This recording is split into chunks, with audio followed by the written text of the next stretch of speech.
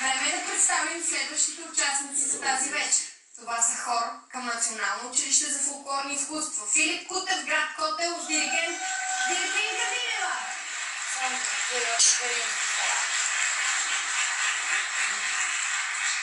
Те ще изпълнят песента Hello. Аранжиментът за хорово изпълнение е на Петър Керкелов.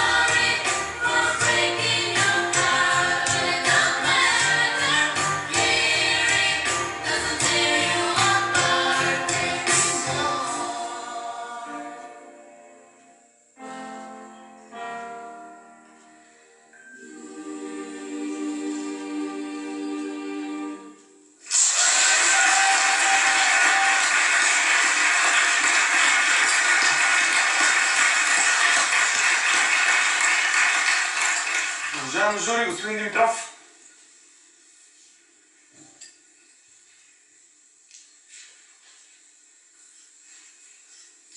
Рядко ми се случва да не знам какво да кажа, защото все още съм под въздействие на вашето изпълнение, защото беше много емоционално, защото беше толкова въобще различно от това, което човек може да си представи, че може да бъде като интерпретация на тази песен, която между другото щупи за пореден път броячката на YouTube.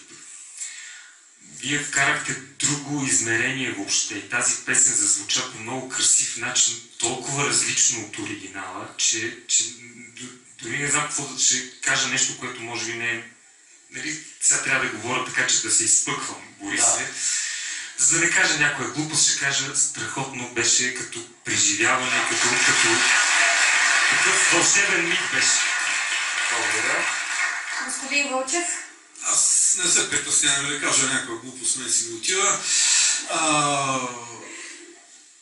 Не мисля, че ако самата Адел трябваше да се включи в този аранжимент и в това изпълнение, би успяла да го направи, особено за толкова кратко време, за колкото вие сте направили това нещо.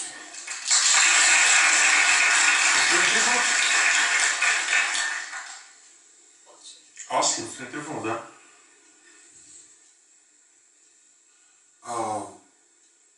Това е абсолютно доказателство за красотата на българския глас и на българската музика. Знаете ли, не искам да звуча стандартно или тривиално.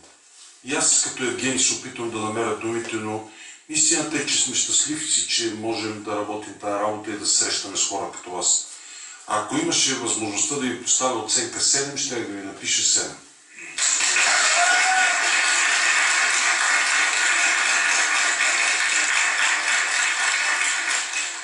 Като казахте оценка, време е за оценките, господин Трифонов. 6. И от мен 6. И така тяхната оценка е 6! Това беше хор към Национално училище за фолклорни изкуства Филип Кутев, град Котел.